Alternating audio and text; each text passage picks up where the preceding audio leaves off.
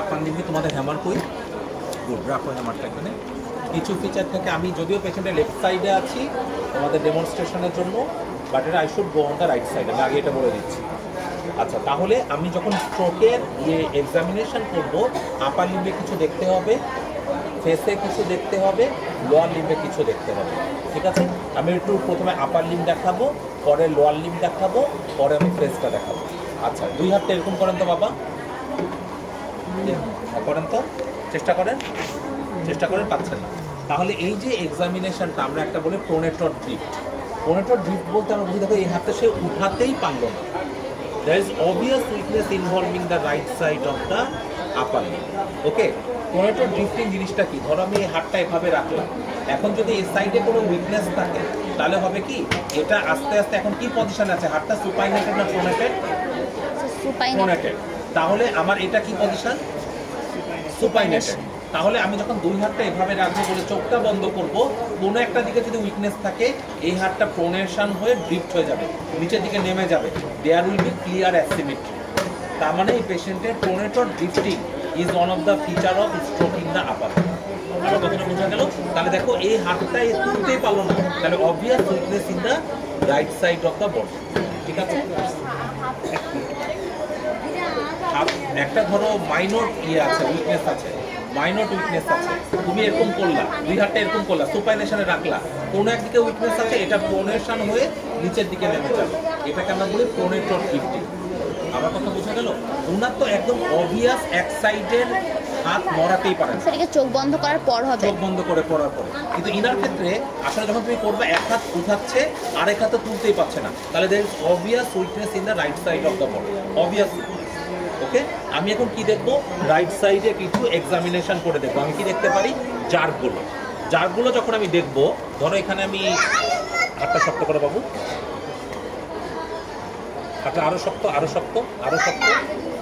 শক্ত, হ্যাঁ, আমি এখানে দেখছো কিরকম কন্ট্রাকশন করছে, তাহলে জার্কস আর এক্সাজারেটেড। কিন্তু আমি এখানে ধরো, এখানে এটা আছে কি দেখুন, ওরকম এক্সাজারেটেড না। আমি ধরো এখানে আসতে, আমি লাগবে না, এখানে এই যে এখানে একটু কন্ট্রাকশন আছে কিন্তু এক্সাজারেটেড না। কিন্তু এখানে তুমি দেখো যে একদম হাতটা যদি আমি টেন্ডনটা প্যালপেট করি, দেখছো কীরকম রিস্ক, তাহলে দেয়ার ইজ গ্রসলি জার্কটা ইনক্রিজ। দেখো এখানেও ট্রাইসেপ জার্কটা ইনক্রিজ, এখানে সুপাইনেটরের কন্ট্রাকশন দেখছো, এখানে কিন্তু সে তুলনায় এটা নর্মাল, আমি বলবো বাট এটা এক্সাজারেটেড, বুঝছো? পেশেন্টের হফম্যান দেখি আপার লিম্বে, তাই না? হফম্যান দেখো এই কন্ডিশনে, দেখছো হফম্যান মানে কি ছিল? হফম্যান মানে আমি আঙ্গুল দাও, আমি এই আঙ্গুলটা ধরলাম, ধরে এভাবে করছি, এভাবে করলে পেশেন্টের, তুমি হাত একদম নর্মালি রাখো, ঠিক আছে? এভাবে ওই হাত দেখি, তোমার কি হাতে কোনো দুর্বলতা আছে? আচ্ছা, যখন আমি হফম্যান দেখবো, আমি হাতটা এভাবে ধরে এরকম করব, এরকম করলে এই আঙ্গুলটা কন্ট্রাক্ট করলে এটাকে আমরা বলি হফম্যান পজিটিভ। যেমন এর পেশেন্টের দেখো এই হাতটা, বাবা এভাবে হাতটা নর্মালি রাখেন, আমি এটা ধরে এই যে দেখছো বুড়ো আঙ্গুলের দিকে তাকাও, কন্ট্রাকশন হচ্ছে না? অবভিয়াস কন্ট্রাকশন হচ্ছে না? বুড়ো আঙ্গুল আর এই ইন্ডেক্স ফিঙ্গারের, this finger will be contracted. তার মানে এখানে দেখো, এখানে কিন্তু কোনো কন্ট্রাকশন আমি প্রিফারেবলি পাবো না, কোনো কন্ট্রাকশন, কোনো মুভমেন্ট নাই, এটা তো এমনি জার্ক করছে, সেটা ইয়ের জন্য, এমনি কোনো তেমন কোনো মুভমেন্ট নেই। দেখছো এই আঙ্গুলের দিকে তাকাও, কোনো মুভমেন্ট নাই, বাট এখানে হাতটা দেখি বাবা, দেখছো ফিঙ্গার কন্ট্রাকশন, এই আঙ্গুলটা এভাবে কন্ট্রাক্ট করবে, বুঝছো? তাহলে এই পেশেন্টে কি দেখলা, এই হাতটা উঠাতে পারলো না, একদম নিচের দিকে পড়ে আছে, প্রোনেটর ড্রিফট দেখারই সুযোগ নাই, there is obvious grossly weakness in the right side of the body. এখন একটা পেশেন্টের মাইনর যদি ধরে উইকনেস থাকতো, তখন তুমি দুই হাতটা চোখ বন্ধ করে এরকম করতে বললে এই হাতটা প্রোনেশন হয়ে নিচের দিকে নেমে যেত, ইন্ডিকেটিং এই সাইডে কোনো হেমিপ্লেজিয়া আছে। আমার কথাটা বুঝে গেল? তাহলে আমি ইনার কি পাচ্ছি, এই হাতে উইকনেস অ্যাজ এভিডেন্স বাই জার্কগুলো ইনক্রিজড, সমস্ত জার্কগুলো exaggerated, there is Hoffman positive. তাহলে এটা কি হলো, আমরা কি চিন্তা করে বললাম যে পেশেন্টের অবভিয়াসলি রাইট সাইডের আপার লিম্বে কোনো উইকনেস আছে। ব্যাপারটা বোঝা গেল? শুয়ে যাও তো বাবু, সবাই, হ্যাঁ শুয়ে যাও। আচ্ছা, এবার আমি এখান থেকে আরো কিছু বুঝতে পারছি, ওনার শোয়ার প্যাটার্নটা দেখে কি বুঝছি, এই পাটা দেখো মুভমেন্ট আছে, এই পায়ে কোনো রকম মুভমেন্ট নাই। আমি এটা তুললাম, হ্যাঁ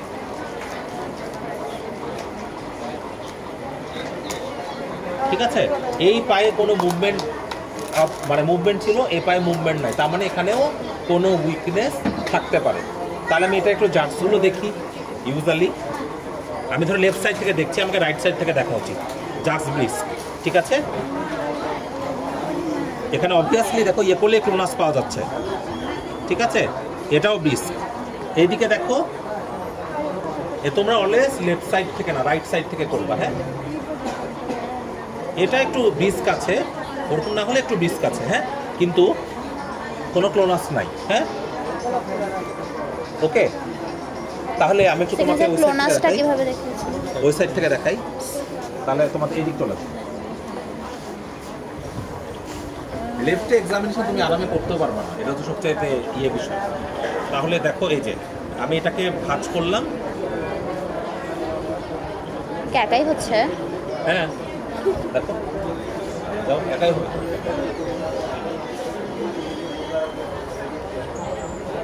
তুমি মিডিয়ালি নাও, এটা তুমি দাঁড়াও, এটাকে এভাবে না, এটাকে ভাঁজ করো হবে, ভাঁজ করে এভাবে ফিক্স করে এরকম দেখতে হবে, এটা ভেতরে নিতে হবে, হ্যাঁ।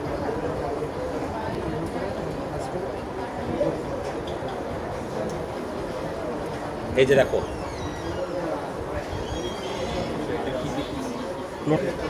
তাই না?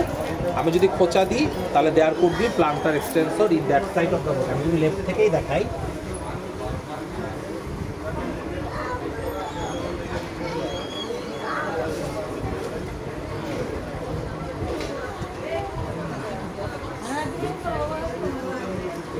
কিছুটা এক্সটেন্ড করছে কিন্তু প্রমিনেন্ট এক্সটেন্ড করছে না।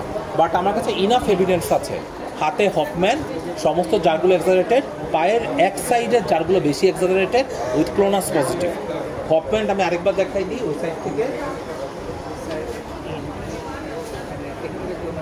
কিসের প্যাটার্নাল ক্লোনাস হচ্ছে এভাবে ধরে, এটা নাই, এটা নেগেটিভ আছে। আচ্ছা এই যে এভাবে ধরে দেখো, দেখছো খুবই ব্রিস্ক, একেবারে ব্রিস্ক কন্ট্রাকশন। এটার দিকে তাকাও, দেখছো, দেখো এদিকে দেখো আবার, ঠিক আছে। গোটা এক সাইডে উইকনেস, গোটা এক সাইডে উইকনেস এভিডেন্স বাই জারগো exaggerated, clonus positive with Hoffman positive, মানে একদম খুবই ক্যারেক্টারিস্টিক্যালি সমস্ত ফাইন্ডিংস একটা পেশেন্টের মধ্যে আছে। এখন আমাকে কয়েকটা জিনিস দেখতে হবে। কি দেখতে হবে? রাইট সাইডে যদি উইকনেস হয়, পেশেন্টের স্পিচ অ্যাফেক্টেড থাকতে পারে, স্পিচের কনস্টিটিউয়েন্টগুলো হয় অ্যাফাসিয়া থাকতে পারে, আর স্পিচের সাম ডিগ্রি অফ অ্যাবনর্মালিটি থাকতে পারে, ঠিক আছে। আপনার নাম কি? জাবেদ। হ্যাঁ জাবেদ। জাবেদ। আগে থেকে এভাবেই কথা বলতেন না কথা কিছু পরিবর্তন আসছে, কি মনে হয়? আগের থেকে কিছু পরিবর্তন আসছে। হ্যাঁ আগের থেকে কিছু পরিবর্তন আসছে। কথা কিছু চেঞ্জ বুঝতে পারছো না? রাইট সাইডে উইকনেস হলে পেশেন্টের স্পিচ সেন্টার এফেক্টেড হওয়ার চান্সেস আছে, হয়তো রিকভারি পেস বলে একটু ইমপ্রুভিং। আর কিছু মনে হচ্ছে পেশেন্টকে দেখে? বেলস পালসি আছে। এটা কি বেলস পলসি? সেটা লেফটে যে চলে যাচ্ছে লিপসটা। এটা কি বেলস পলসি? হ্যাঁ বেলস পলসি না, তো lower motor neuron. Lower motor, এটা তো ইডিওপ্যাথিক কারণে, এটা বেলস পলসি নাও হতে পারে। দেখো দাঁত দেখান এবার, ই করেন, ই করেন, দেখছো এদিকে কোনো মুভমেন্ট নাই। চোখ শক্ত করে বন্ধ করেন তো, আরো জোরে শক্ত বন্ধ করবেন। এই যে এই আমার দিকে দেখেন বাবা, এই যে দেখান, অনেক জোরে শক্ত করে বন্ধ করেন। হ্যাঁ এখানে ভ্রু কুচকান তো বাবা, ভ্রু কুচকান, এরকম করেন তো, আমার দিকে তাকান, এই যে এরকম আমার দিকে তাকান, এরকম করেন, এরকম। তাহলে এখানে দেখো রিঙ্কলিং ইজ নর্মাল। তাহলে এটা প্রবলেম কি? পেশেন্টের দেখো, তার মানে আপার ফাইবারগুলোকে স্পেয়ার করেছে।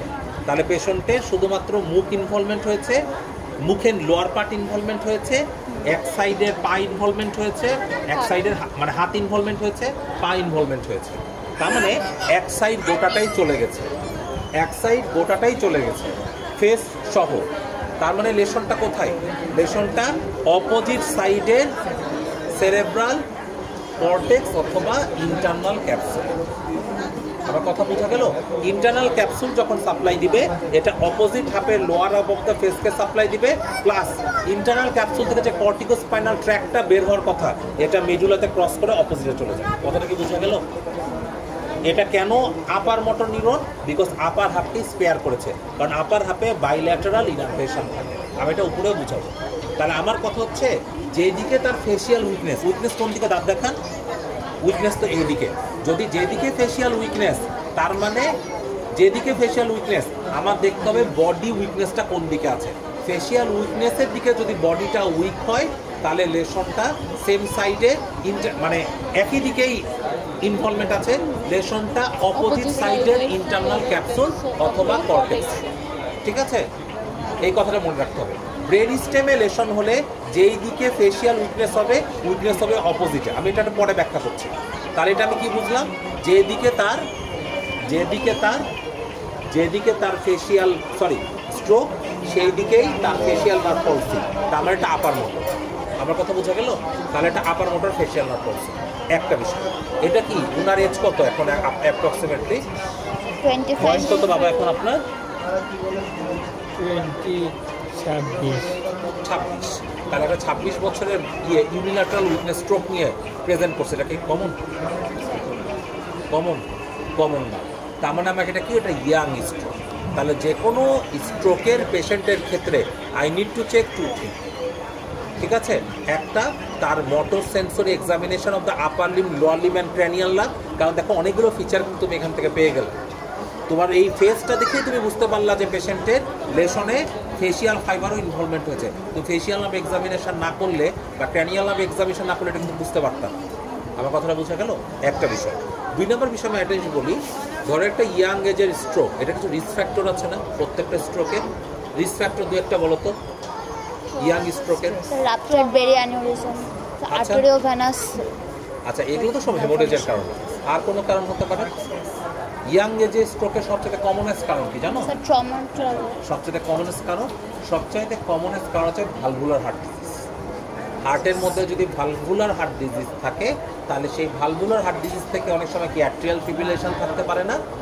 অ্যাট্রিয়াল ফিব্রিলেশন হলে কি হয়? অ্যাট্রিয়ামগুলো একদম চুপচাপ বসে থাকে মানে কি? ডাইলেটেড হয়ে থাকে, ব্লাড জমে, থ্রম্বো এম্বোলিজম তৈরি হয়। এম্বোলিজম থেকে স্ট্রোক হতে পারে। হার্টের ভালভে ইনফেকশন হতে পারে না, ইনফেক্টিভ এন্ডোকার্ডাইটিস, সেখান থেকেও স্ট্রোক ডেভেলপ করতে পারে ওই ভেজিটেশন থেকে। আমার কথা বোঝা গেল? তাহলে এটা আসলে কেস অফ, যেহেতু পেশেন্ট পরিস্থিতি আছে বুঝতেই পারছো, এই case of valvular heart disease with infective endocarditis with এম্বোলাসটা, ওখান থেকে এন্ডোকার্ডাইটিস থেকে এম্বোলাসগুলো ডিসলস্ট হয়ে ব্রেনে যে স্ট্রোক করেছে। তাহলে যে কোনো স্ট্রোকের পেশেন্টের ক্ষেত্রে আমি যেটা দিতে যাচ্ছি, cardiovascular examination is a must. আমার কথা বোঝা গেল? আর আরেকটা ইজ এ মাস্ট, সেটা হচ্ছে ক্যারোটিড এক্সামিনেশন। স্ট্রোকের পেশেন্টের ক্যারোটিডে অ্যাথেরোস্ক্লেরোসিস থাকতে পারে না, যেটা পরে ডিসলস্ট হতে পারে। এদের ক্যারোটিড বুইও পাওয়া যেতে পারে। সো এই জন্য ক্যারোটিড বুই আছে কিনা, আমি তো তার নিউরোলজিক্যাল এক্সামিনেশন করব, সাথে হার্ট এক্সামিনেশন আর carotid examination is a must. It's a case of originally aortic regurgitation. ঠিক আছে, ওকে। পরে আমরা রোগীটা আবার দেখবো, যেহেতু তোমরা এখানে আছো পরে দেখতে পাবো।